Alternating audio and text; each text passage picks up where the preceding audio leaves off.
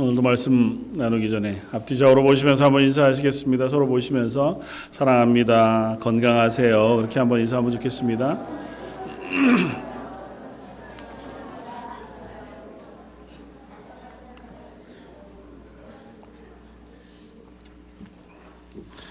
오늘은 교회 설립 42주년을 기념하고 감사하는 주일입니다. 하나님께서 지난 시간도 그렇게 교회 가운데 함께 해주시고 또 지켜주신 줄 믿습니다. 장로님 기도하셨던 것처럼 42년 동안 여러 일들이 있었을 것이고 또 내가 신앙생활하는 동안 또 이 교회를 통해서 받은 은혜들도 있는 줄 압니다.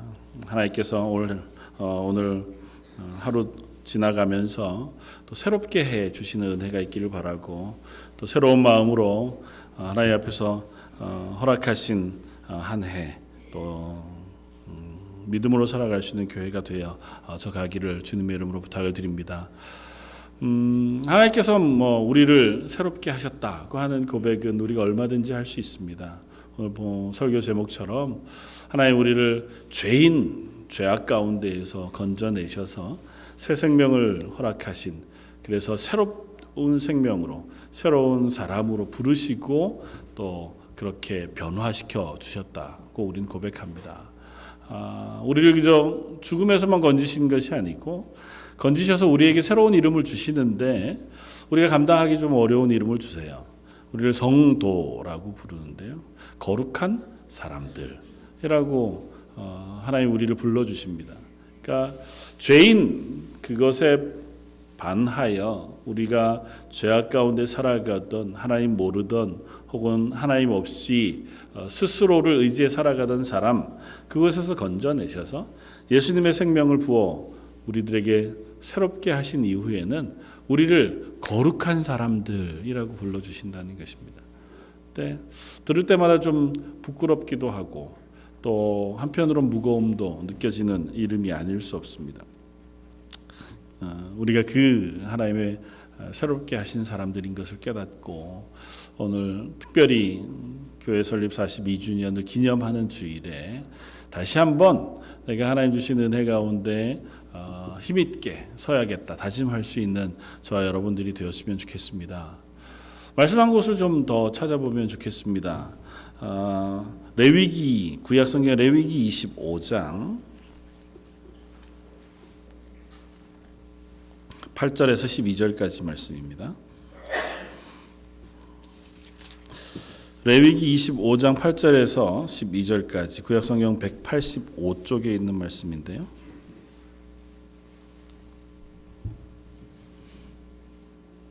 차였으면 우리 한 목소리 같이 한번 레위기 25장 8절에서 12절까지 말씀을 읽겠습니다. 너는 7 안식년을 계수할지니 이는 7년이 7번인즉 안식년 7번 동안 곧 49년이라. 7째 달 열흘날은 속죄일이니 너는 뿔나팔 소리를 내되 전국에서 뿔나팔을 크게 불지며 너희는 50년째 해를 거룩하게 하여 그 땅에 있는 모든 주민을 위하여 자유를 공포하라. 이 해는 너희에게 희년이니 너희는 각각 자기의 소유지로 돌아가며 각각 자기의 가족에게로 돌아갈지며 그 50년째 해는 너희의 희년이니 너희는 파종하지 말며 스스로 난 것을 거두지 말며 가꾸지 아니한 포도를 거두지 말라. 이는 희년이니 너희에게 거룩함이니라. 너희는 밭에 소출을 먹으리라. 아멘. 하나님께서 이스라엘 백성에게 제정해 주신 절기 중에 희년이라고 하는 절기에 대한 기록을 쓰고 있는 본문의 말씀입니다.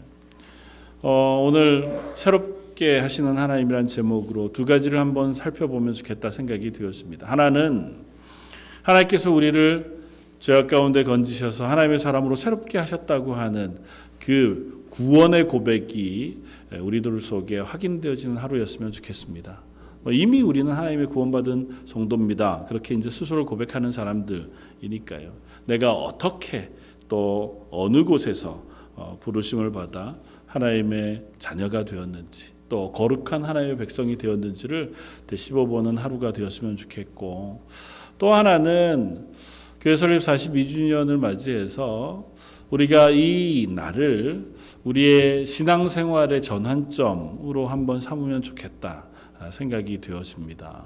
그래서 새롭게 된 새 생명을 가진 그리스도인이지만 그러나 매일매일 여전히 우리는 또 다시 새로워질 필요가 있는 사람들이라는 사실도 확인할 수 있으면 좋겠습니다. 구원받으면 그때로부터는 성도로 살아가느냐? 근데 사실 우리를 보면 그렇지 않잖아요. 구원받은 감격과 기쁨, 하나님의 은혜 가운데 하나님의 살아계심을 고백하며 살아가는 삶을 시작했지만 그러나 살다가 그 신앙생활을 하다가 보면 어느 지점쯤 우리가 다시 옛 모습으로 돌아가기도 하고 또 기쁨도 사라지고 하나님의 구원의 감격도 조금은 사라져서 내가 성도, 거룩한 사람이라고 부름을 받을 만한 그 자리에 서 있지 못한 우리의 모습들을 자꾸 발견하게 됩니다. 그럴 때 우리는 이 말씀을 다시 한번 생각하면서 나 스스로를 매일매일마다 새롭게 일신 우일신 매일매일 우리 스스로를 새롭게 세워갈 필요가 있다 생각이 되어지고 그 기회가 오늘 특별히 기념주일로 지키는 오늘이 되었으면 좋겠다 생각이 되었습니다. 하나님께서 이스라엘에게 여러 절기들을 말씀하셨어요. 그 절기들 가운데 하나가 희년이라고 하는 절기였고 이 희년이라고 하는 절기는 한문으로 희년인데요. 그러니까 기쁠 희자를 써서 즐거운 날이에요. 즐거움의 감사, 그러니까 즐거움의 소리를 하나님께 올려드리는 날, 그 해, 그것을 희년이라고 그렇게 불렀습니다. 희년은 50년마다 한 번씩 주어지는 해고 그것에 대한 설명을 오늘 레위기는 그렇게 합니다. 그 희년과 연관돼서 어떻게 얘기하냐면 매 7번째 해가 되는 안식년을 너희가 계수해라. 그리고 그 안식년 중에서 특별히 7번째 달 열흘째 되던 날을 기억해라. 7이라고 하는 숫자를 하나님께서 특별히 이스라엘 백성에게 반복해서 말씀하세요. 그건 7이라는 숫자가 되게 특별한 숫자라기보다는 그렇게 해서 기억하게 하시는 거예요. 그러니까 그 숫자를 만나면, 그 날을 만나면 하나님이 우리를 구원하셨지. 하나님이 나에게 약속하신 약속이 있지. 명령이 있지. 이걸 기억하기 좋게 하나님께서 7이라는 숫자를 계속 반복적으로 설명하시는 것 같아요. 매 7일마다 안식일을 지키잖아요. 매 7년마다 안식년을 지킵니다. 매해 7번째 달, 그 달은 특별한 절로 지켜서 나팔절로 또 장막절로 하나님 앞에서 지키고 뿐만 아니라 10일 열흘째 되던 날은 대속죄일이라고 하는 절기를 지킵니다. 그러니까 매해 7월 10일은 대속죄일이에요. 그날은 무슨 날이냐 하면 온 이스라엘 백성이 다 성전에 모여서 이스라엘 백성 전체의 죄를 하나님 앞에 회개하고 그 죄를 용서함 받는 속죄의 날로 지킵니다. 그래서 대속죄일 이전에는 이미 각 가정마다 하나님 앞에 정결하게 할 청소도 하고 또 스스로 죄에 대해서 하나님 앞에 용서함을 구하는 회개의 시간들을 갖고 이 대속죄일이 되면 그날 하나님이 우리를 용서해 주셨음의 기쁨과 감사를 하나님 앞에 누리는 날로 지냅니다. 1년에 딱 한 차례 대제사장이 지성소에 들어가서 하나님을 만나는데요. 그날이 언제냐면 바로 이날 대속죄일입니다. 그리고 이 대속죄일을 기준으로 해서 7년이 되면 안식년을 지킵니다. 매 7년마다. 그리고 매 7년마다 지키는 안식년이 7번째가 되면 그게 49번, 49년째가 되잖아요. 그 안식년을 지키고 그 다음 50년째 되던 해를 희년이라고 해서 따로 별도로 그것을 정해 놓았습니다. 이 날은 앞에 7번의 안식년이 지나가고 오는 희년이기 때문에 이 날은 하나님이 우리를 다시 완전히 회복해 주시는 것을 소망하는 날, 그리고 그것을 기억하는 날이에요. 그래서 희년이라고 부르지만 사실은 이것은 이렇게 생각할 수 있습니다. 리셋하는 해, 모든 걸 원 위치로 돌리는 해, 그렇게 기억할 수 있습니다. 희년에는 몇 가지 특별한 특징이 있는데요. 첫 번째는 이 해에는 밭을 갈지 않습니다. 일하지 않습니다. 사실은 안식년에도 일하면 안 돼요. 그러니까 안식은 사람이 안식하는 날이 아니고요. 땅이 안식하는 해예요.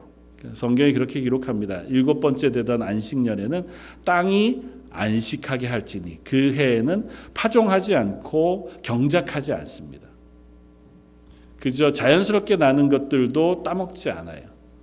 그래서 그 이전 해, 제 6번째 해에 밭의 소출을 다 수확한 이후에는 그대로 1년을 묵혀둡니다. 그리고 그 결실을 따먹기는 하는데 그 6번째 해의 소출을 가지고 한 해를 더 지나는 거죠. 그러면서 뭘 확인하는 거냐면 이걸 확인해요. 이 가나안 땅에서의 삶은 하나님이 복 주시는 삶이다. 내가 땀 흘려 일해서 먹을 것을 얻고 내가 수고하여 적군과 싸워 나를 보호하거나 내가 나의 삶을 책임지는 땅이 아니고 하나님이 우리의 삶을 다 책임지셔서 이른 비와 늦은 비를 내려 우리의 밭의 소출을 키우시고 양들을 키우시고 적군들로부터 우리를 보호하셔서 여기에서 평안하게 샬롬의 삶을 살아가게 하시는 것, 그것이 이 가나안 땅에서 이스라엘 백성의 삶의 고백이거든요. 근데 사실은 그걸 매일 그렇게 아직은 할 수 없습니다. 땅에서 사니까요. 이 7년째 안식년에 그 고백을 하는 거예요. 그래서 내가 일하지 않습니다. 땅을 경작하지 않아도 하나님이 날 먹여주실 것을 믿고 그 한 해를 보내요. 근데 이것이 7번 반복된 그 다음 해에 희년은 조금 더 특별한 의미를 갖습니다. 왜냐하면 이는 한 해가 아니고 49년째는 안식년이었으니까 쉬죠. 50년째는 희년이니까 쉬어요. 2년 동안 땅을 경작하지 않습니다. 그리고 그 다음에 51년째 이제 땅을 경작하기 시작하는데 그걸 수확할 때까지 또 1년이 걸리잖아요. 그러니까 48년째 되던 해에 거둔 것 가지고 3년을 살아야 해요. 그러려면 분명히 심각한 질문에 봉착하게 됩니다. 괜찮을까? 정말 괜찮을까? 48년째 되던 해 하나님 물론 풍족하게 수확을 거두게는 하셨을 거예요. 그럼에도 불구하고 우리가 3년 동안이나 그럴 수 있을까? 2년 동안이나 일하지 않고 하나님 주신 것들을 기대하면서 살 수 있을까? 희년은 우리들에게 그런 질문을 하는 그런 절기인 것 같아 보입니다. 하나님 앞에 믿음으로 살아가죠. 구원받은 그리스도인으로 살아갑니다. 그러나 살다가 보면 그 삶의 순간순간마다 결국은 우리가 다시 일상으로 돌아가 살게 되고 그러다 보면 하나님이 내 삶의 주인이신 것과 내 삶을 책임져 주실 것이다 하고 하는 약속을 조금씩 놓쳐버리고 희미해져 갑니다. 알죠? 그래도 어떻게 해요? 우리가 사는 건 내가 책임져야 하니까 하는 수 없이 열심히 일해야 하고 그러기 위해서는 이 땅에서의 법칙을 따라가야 하고 그렇게 지나가다가 약속이 희미해져 버린 우리들에게 7년째마다 하나님 물으시는 겁니다. 특별히 50년째 되는 해는 하나님께서 더 심각하게 우리에게 물으시는 거죠. 너 정말 나를 믿는 믿음이 있니? 네가 구원받은 하나님의 백성, 거룩한 백성으로 살고 있는 그 자리에 그 믿음을 가지고 이 시간을 지날 수 있느냐고 묻는 질문을 이스라엘에게 하고 있는 겁니다. 생각해 보시면 이 희년은 사실은 한 사람의 인생에 한 번 정도 만날 수 있어요. 아주 특이하게 아주 태어나서 얼마 되지 않은 10대가 되기 전에 희년을 한번 지낸 사람들이라면 혹 나이가 60 넘어서 한 번 더 희년을 만나게 될 가능성도 없지는 않겠지만 일반적인 인간의 수명, 그때 당시의 수명을 생각해 본다면 평생에 한 번 정도 어느 시점이 되었던 이 희년은 딱 한 번 정도 만나게 돼요. 그리고 그때는 심각한 도전과 질문을 우리들을 스스로에게 하게 하나님께 하시는 거죠. 너 정말 내 약속을 의지해서 그 희년을 온전하게 지킬 수 있느냐. 사실 희년은 특별한 특징들을 3가지가 있는데 아까 제가 얘기했던 다 밭을 경작하지 않는다는 거잖아요. 그건 아주 일반적인 의미이고 희년에만 특별하게 하나님께서 명령하신 것이 3가지가 있어요. 하나는 부채를 탕감해 주라는 것입니다. 희년에는 모든 부채가 다 탕감되어져요. 희년이 되던 해가 되면 혹 돈을 빌리거나 돈을 꾸어 쓴 그 부채들이 남아있다 할지라도 그것이 다 탕감되어 리셋해 줍니다. 그러니까 너무 살기 힘들어서 돈을 빌렸던 사람도 물론 최선을 다해서 갚아야 돼요. 성경에 그 얘기를 해요. 희년이 얼마 남지 않았으니 야 요것만 잘 버티면 돈 하나도 안 갚아도 되겠다. 이래가지고 어떻게든 피해 다니고 도망 다니다가 희년 딱 만나면 야 희년이야 이제는 안 갚아도 돼. 이렇게는 하지 못하게 하셨어요. 그러나 최선을 다해 갚게는 하셨으나 그렇다 하더라도 갚지 못한 부채가 남아있거든 희년이 되면 다 탕감해 줄 것을 하나님께서 명령하십니다. 그 해가 되면 모두가 하나님이 가나안 땅 처음 들어가게 하신 그 땅의 첫 상태로 되돌아가는 거예요. 두 번째는 노예도 해방시켜 주라고 말씀하십니다. 특별히 동족 간에는 노예를 삼지 말도록 하나님께서 명령하셨어요. 그래도 살다가 보면 그게 잘 안 될 경우가 있잖아요. 그러니까 다른 집에 하는 수 없이 일해주고 밥을 먹고 또 가족들이 살아가야 할 지경에 놓여질 수 있게 되어지고 그러다 보니 그 사람들이 노예는 아니지만 종은 아니지만 종 비슷하게 살아가게 되어진 때들이 있었습니다. 하나님께서 희년이 됐거든 그들도 다 자유인으로 풀어줄 것을 명령하세요. 세 번째는 토지를 반환하는 것입니다. 그러니까 땅을 사고 판 것이 있거든 원래 주인에게 다 되돌려줘라. 물론 땅을 사기 위해서 애를 써야 합니다. 그리고 그것도 본인이 살다가 도저히 힘들어서 내 땅을 저당 잡히고 돈을 좀 빌어서라도 먹고 살아야 할 지경에 놓여지게 됐을 때 그게 정상은 아니지만 그렇게 하게 하세요. 그렇더라도 그 땅을 빨리 되찾도록 하나님께서 명령하세요. 왜냐하면 그 땅은 사고 파는 땅이 아니거든요. 이스라엘이 가진 땅은 하나님 거예요. 가나안에 정착해 받은 모든 땅의 주인은 하나님이시고 그걸 각 가정마다 하나님께서 기업으로 물려주신 거예요. 그건 사고 팔면 안 되는 영원한 각 가족의 기업이에요. 그건 마치 천국에 들어가서 살아갈 땅을 하나님께서 우리에게 약속하신 것과 같은 거거든요. 근데 살다 보니 그게 안 될 때가 있잖아요.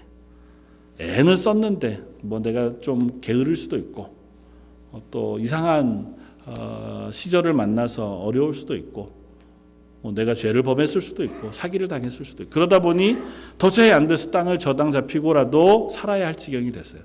그러면 최선을 다해서 빨리 그 땅을 사도록 하나님께 명령하세요. 그걸 리딤이라고 해요.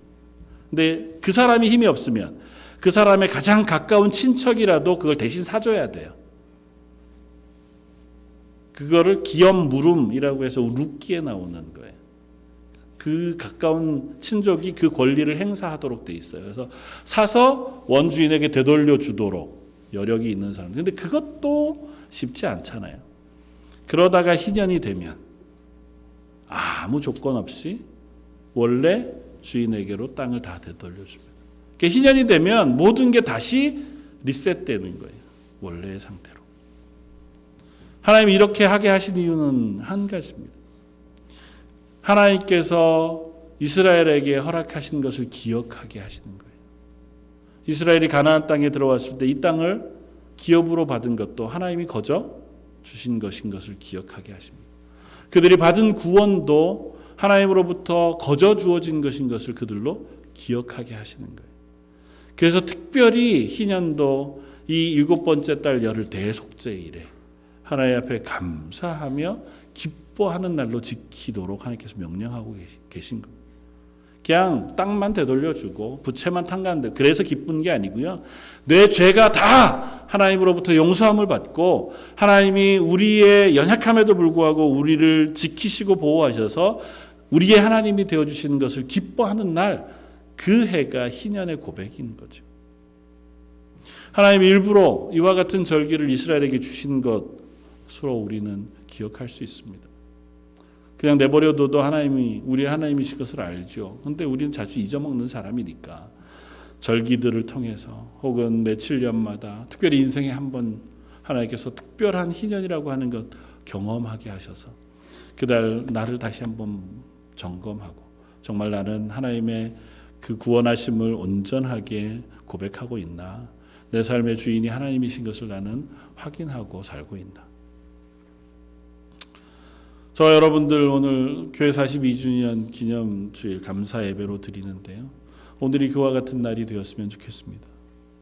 1년의 생일들을 지나가는 일들이 우리에게 종종 있고 이제 하루 한 해 나이 먹어가는 것이 그리 즐겁지만은 않은 일이긴 하지만 교회가 또 한 해 생일을 맞은 오늘 스스로를 다시 한번 점검해보고 또 우리가 새로워지는 기회가 되었으면 좋겠습니다. 정말 나는 하나님 앞에 그리스도인으로 잘 서 있는가 물어볼 수 있는 하루였으면 좋겠고, 하나님 새롭게 하신 그 구원의 은혜 가운데 나는 잘 걷고 있는가.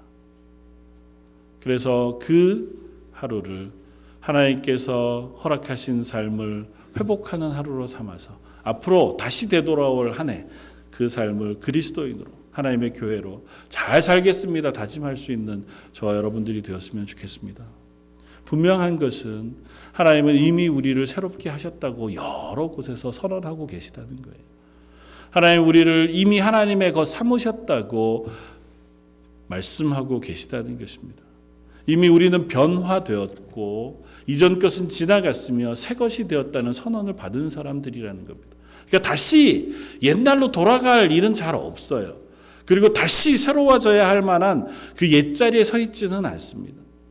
오늘 성경 본문이 거듭거듭 말씀하고 있는 것처럼 이제는 우리가 예수 그리스도의 생명으로 인하여 새로워진 피조물들이라고 하는 고백을 하고 있습니다. 그럼에도 불구하고 우리들은 그 고백대로 살아가지 못한 어리석은 자리에 서지 않았으면 좋겠다는 거죠. 성경에 나오는 한 사람, 사도 바울이라는 사람을 우리는 잘 압니다. 그 사람은 자기 인생 가운데 꽤 열심히 율법을 따르고 하나님을 따르며 살았던 사람이었습니다. 그러나 그는 예수 그리스도를 믿지 않았습니다. 예수 그리스도를 알지 못하고 믿지 않던 때의 바울은 성경의 입장에서 보면 악한 사람이었어요. 자기의 율법을 따라서 따르는 율법을 따라서 예수 그리스도를 믿는 사람들을 박해하고 죽이는 데 혈안이 되어 있던 사람이었습니다. 근데 그가 다메섹으로 가던 그 길 위에서 부활하신 예수님을 만난 그날 그는 새로워졌습니다. 그는 이전 사람은 없어지고 새로운 사람이 되었다 스스로 고백합니다. 그리고 그때로부터 그 삶 속에 새로워진 증거를 드러내며 살았습니다. 내가 구원받은 그리스도인인 것을 그의 인생 가운데 그는 증명하며 살았습니다. 그가 전하는 말들, 생활하는 생활들, 삶의 순간들 속에 그는 내가 구원받은 하나님의 자녀인 것을 드러냈을 뿐만 아니라 내가 어느 자리에서 건진받았는가도 잊지 않았습니다.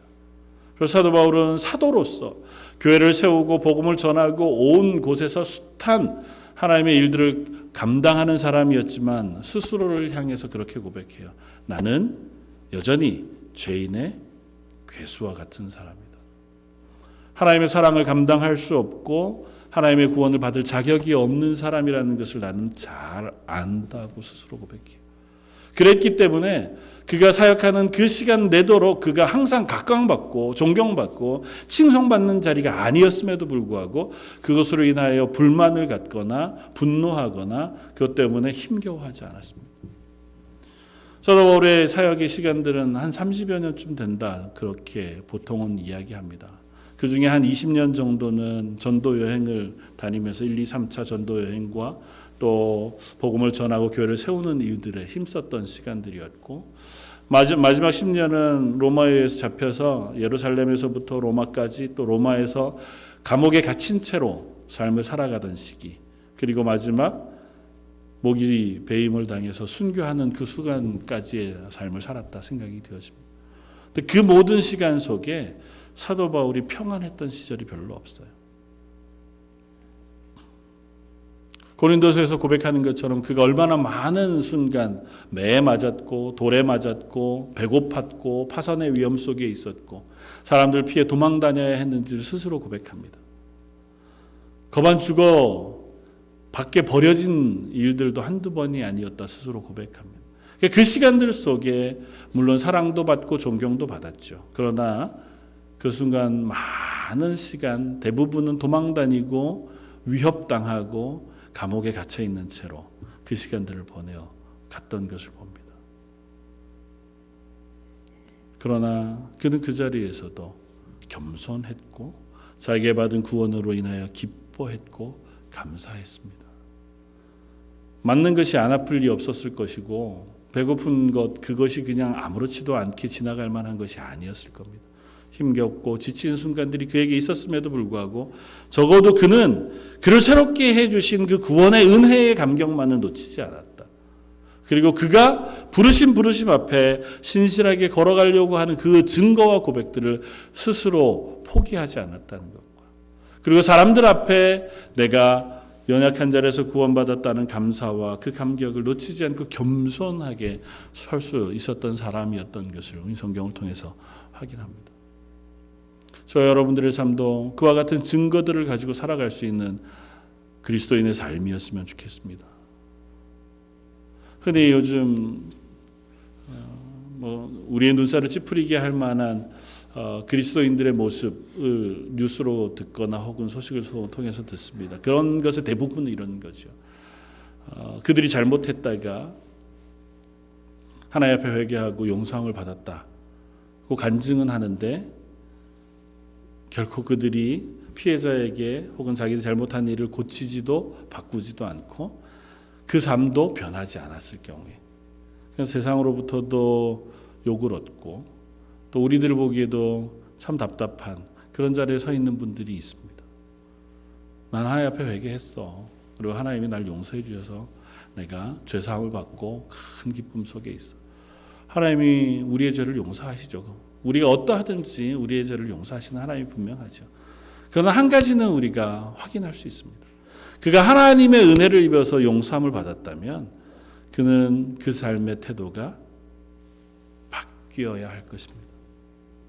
완전히 새 사람이 되고 완전히 새롭게 사는 그 삶을 다 살지는 못하더라도 그래도 적어도 하나님 앞에서 내가 죄인인 것을 고백하고 죄사함의 은혜를 입어 새 사람이 되었다면 그 삶의 태도가 그걸 증명하기는 해야 한다는 거죠. 사도 바울과 같이 겸손하게 자기가 낮은 연약한 사람인 것을 스스로 인정하는 자리에는 설 수 있어야 한다는 거죠. 여전히 뻣뻣하고 여전히 떳떳하고 여전히 거칠고 여전히 욕심 많은 채로 살아가면서 하나님이 용서해 주셨어 라고 얘기해서는 안 된다. 그것뿐일까요? 우리가 그리스도인으로 살아가는 오늘 하루의 삶도 마찬가지 아닐까요? 나는 그리스도인입니다. 하나님께서 나를 구원해 주셔서 하나님의 구원받은 교회의 성도로 살아가게 되어서 감사합니다. 그 증거가 우리에게 있기를 원합니다. 우리의 삶의 모습 속에 그와 같은 증거가 드러날 수 있는 저와 여러분들이었으면 좋겠습니다. 물론 율법적으로 막 그걸 드러내기 위해서 애쓰고 그것도 필요하죠. 그러나 하나님 앞에 내가 내 삶을 통하여 구원받은 그리스도인으로 삶을 살아갈 수 있도록 은혜 베풀어 주십시오. 간절히 기도하고 그 발걸음을 옮겨갈 수 있는 저와 여러분들이었으면 좋겠고 그 기회가 이와 같은 절기 혹은 특별한 시간 그때 우리에게 깨닫게 하시고 경험케 하시는 절기인 줄 믿습니다. 저는 어렸을 때 생일이 되면 주로 혼자 시간들을 많이 보냈어요. 주로 이제 친구들이 없는 사람들이 주로 그런데요. 저도 학생 때, 청년 때 생일이 1월이라서 생일이 되면 그날 이제 아침부터 혼자 주로 이제 시간을 보내면서 일기 쓸 다이어리를 하나 사고 펜을 하나 사고 주로 강변에 가 있거나 아니면 뭐 커피숍에 있거나 하루 종일 지난 한 해를 정리하고 새로운 한 해에 대한 소망을 정리하면서 하루를 보냈어요. 저한테는 그 시간들이 참 필요했고 좋았던 시간이었던 것 같아요. 뭐 지금은 이제 그렇지는 않지만 우리에게 주어지는 일정하게 다가오는 어떤 특별한 날, 그것이 저와 여러분들이 나를 돌아볼 수 있는 시간들이 되면 참 좋겠다 생각이 되죠. 1년에 한 번, 아니 평생에 한 번 만나는 희년이 이스라엘 백성에게 자기의 신앙을 질문해 볼 수 있는 기회였다면, 저희들은 매년 다가오는 이 교회 설립 기념 주일 이 하루가 그래 정말 하나님이 세워주신 교회로 지난 한 해를 잘 살아왔는지를 한번 점검해보고, 또 새롭게 살아갈 이 한 해가 하나님 앞에 믿음의 고백을 가지고 담대하게 살아가는 한 해가 되기를 다짐하는 저 여러분들의 시간이었으면 좋겠습니다. 그리고 그것을 위해서 저희들이 애써 수고하고 노력할 수 있는 노력들이 저와 여러분들에게 있어지기를 원합니다.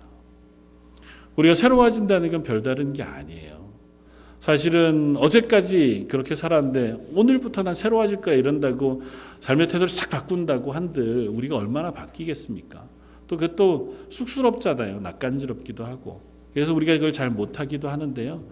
하나님 희년이라는 날을 특별히 제정해 주셔서 강제로 그들을 리셋해 주셨어요.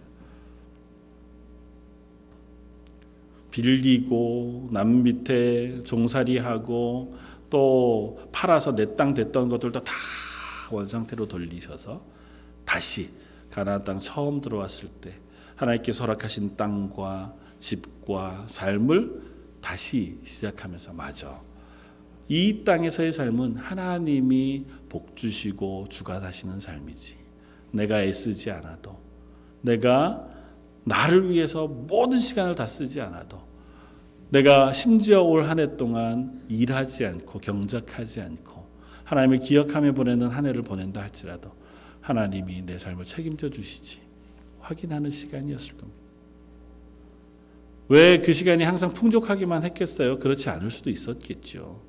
그래서 아마 성경 안에 보면 이스라엘의 역사 가운데 이 안식년과 희년을 아주 잘 지켰다고 하는 기록을 거의 찾아볼 수가 없습니다. 대부분 그랬을 거예요.